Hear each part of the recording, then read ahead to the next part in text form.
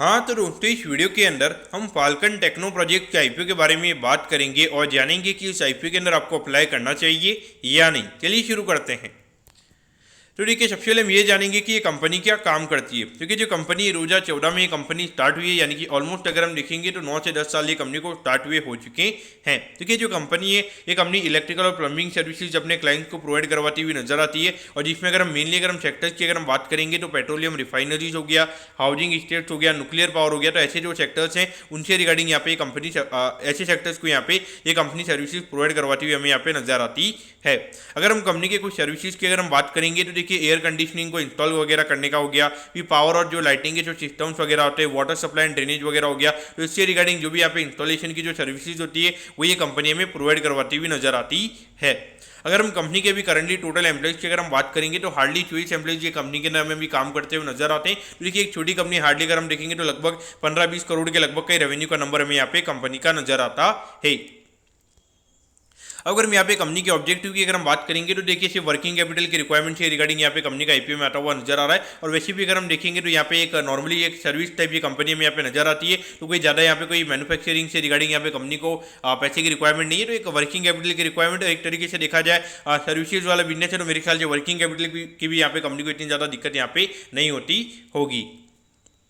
अगर हम यहाँ पे कंपनी के फाइनेंशियल्स की अगर हम बात करेंगे तो देखिए, 2021 में लगभग 9 करोड़ के लगभग कंपनी का रेवेन्यू का नंबर था। लेकिन उसके अगेंस्ट अगर हम प्रॉफिटेबिलिटी की बात करेंगे तो हार्डली 29 लाख के लगभग यहाँ पे कंपनी ने प्रॉफिट किया था।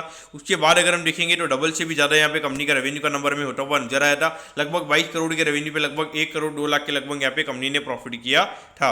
अगर हम 2023 में अगर हम देखेंगे तो कंपनी का रेवेन्यू का जो नंबर था वो ऑलमोस्ट हमें यहाँ पे 25% से गिरता हुआ नजर आया था। लेकिन अगर हम प्रॉफिटेबिलिटी की बात करेंगे तो प्रॉफिटेबिलिटी हमें यहाँ पे बिल्कुल भी गिरती हुई नजर नहीं आई ठीक। देखिए, ऑलमोस्ट अगर आप देखोगे 25% से कंपनी का रेवेन्यू का नंबर गिरा है, लेकिन प्रॉफिटेबिलिटी यहाँ पे नहीं गिरी है। तो कहीं ना कहीं यहाँ पे थोड़ा बहुत हमें यहाँ पे कंपनी के नंबर्स में थोड़ा रेड अलर्ट भी यहाँ पे नजर आता है।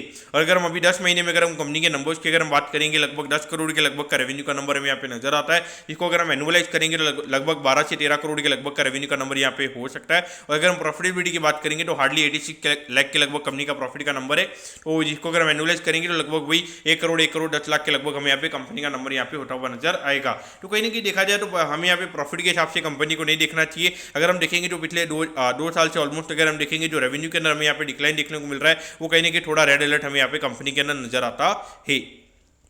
अगर हम यहाँ पे आईपीओ की डिटेल्स के बारे में अगर हम बात करेंगे तो देखिए, 19 तारीख को ये आईपीओ में स्टार्ट होता हुआ नजर आएगा। तो देखिए, ऑलरेडी अगर आप देखोगे तो 19 तारीख को 2 या 3 एसएमई आईपीओ में स्टार्ट होते हुए नजर आएंगे। तो एक चौथा ये एसएमई आईपीओ में उसी तारीख को स्टार्ट होता हुआ नजर आएगा और 21 तारीख को ये आईपीओ में क्लोज होता हुआ नजर आएगा। अगर हम यहाँ पे कंपनी के प्राइस की अगर हम बात करेंगे तो 92 रुपीज़ पर शेयर पे हमें ये कंपनी शेयर देती हुई नजर आ रही है। 1200 शेयर्स का हमें यहाँ पे लॉट नजर आता है। तो आई थिंक एक लॉट को अप्लाई करने के लिए लगभग 1,10,000 रुपये आपको यहाँ पे लगने वाली हैं। अगर हम इश्यू साइज की अगर हम बात करेंगे, अराउंड 13 करोड़ 69 लाख के लगभग का इश्यू साइज हमें यहाँ पे नजर आता है। और ये पूरा पैसा हमें कंपनी के पास में जाता हुआ नजर आएगा। और अगर हम यहाँ पे रिटेल कोटा की अगर हम बात करेंगे, अराउंड 50% के लगभग का रिटेल कोटा, यानी लगभग 6.5 से 7 करोड़ के लगभग का रिटेल कोटा में यहाँ पे कंपनी का नजर आता है। और ये जो कंपनी हमें एनएससी के एसएम प्लेटफॉर्म पे ये कंपनी हमें लिस्ट होती हुई नजर आएगी।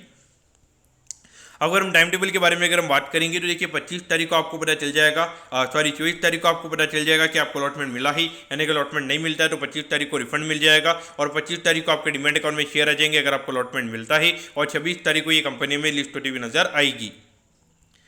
अगर हम एट दी एंड अगर हम यहाँ पे कंपनी के वैल्यूएशन के पैरामीटर्स की अगर हम बात करेंगे तो देखिए, ऑलमोस्ट यहाँ पे 50 करोड़ के मार्केट कैप पे कंपनी का आईपीओ में आता हुआ नजर आ रहा है। और अगर हम 1 करोड़ के लगभग की अगर हम अर्निंग अगर ये कंपनी की मान के चलते तो उसके हिसाब से ऑलमोस्ट यहाँ पे 50 के पी रेशियो पे कंपनी का आईपीओ में आता हुआ नजर आ रहा है। तो देखिए, अगर हम ग्रोथ वाइज अगर हम देखेंगे तो कहीं ना कहीं हमें यहाँ पे ग्रोथ यहाँ पे कंपनी का डिक्लाइन होता हुआ नजर आ रहा है। तो पॉइंट ऑफ व्यू से देखा जाए तो कंपनी के बिजनेस मॉडल की भी अगर हम बात करेंगे तो इतना ज़्यादा कोई इंटरेस्टिंग बिजनेस मॉडल हमें यहाँ पे नजर नहीं आता है। और कहीं ना कहीं जो कंपनी के नंबर्स वो इंडिकेट कर रहे हैं कि यहाँ पे कंपनी 10 से 15 करोड़ से ज़्यादा के रेवेन्यू में यहाँ पे ग्रोथ भी नजर नहीं आ रही है। तो पॉइंट से देखा जाए तो मेरे हिसाब से आपको यहाँ पे कॉशियस रहना चाहिए, मेरे अकॉर्डिंग यहाँ पे टोटली अवॉइड करना चाहिए। क्योंकि 19 से 21 तारीख को अगर आप देखोगे तो already I think 3 SME IPO already और उसके अलावा एक मेन बोर्ड आईपीओ ऑलरेडी है। तो वहाँ पर अगर आप देखोगे तो जब इतना अच्छा खासा पैसा पब्लिक का में यहाँ पे वहाँ पे जाता हुआ नजर आएगा, एक बार के लिए भले यहाँ पे 13 करोड़ के लगभग का आईपीओ है, लेकिन फिर भी कंपनी के अंदर कोई ऐसा पॉइंट हमें यहाँ पे नजर नहीं आता जिसकी वजह से आईपीओ के अंदर अप्लाई करना चाहिए। मेरे ख्याल से क्लियर कट ये आईपीओ को अवॉइड करना सही रहेगा। मैं पर्टिकुलरली यहाँ पे 100% ये कंपनी को अवॉइड करने वाला हूँ। दोस्तों, मैं कहता हूँ कि फाल्कन टेक्नो प्रोजेक्ट के आईपीओ के बारे में आपको सब कुछ समझ में आ गया होगा। अगर आपकी कोई भी क्वेरीज है आप कमेंट कीजिए, मैं जरूर आपके कमेंट पर रिप्लाई करूंगा। ओके दोस्तों, thank you, have a nice day.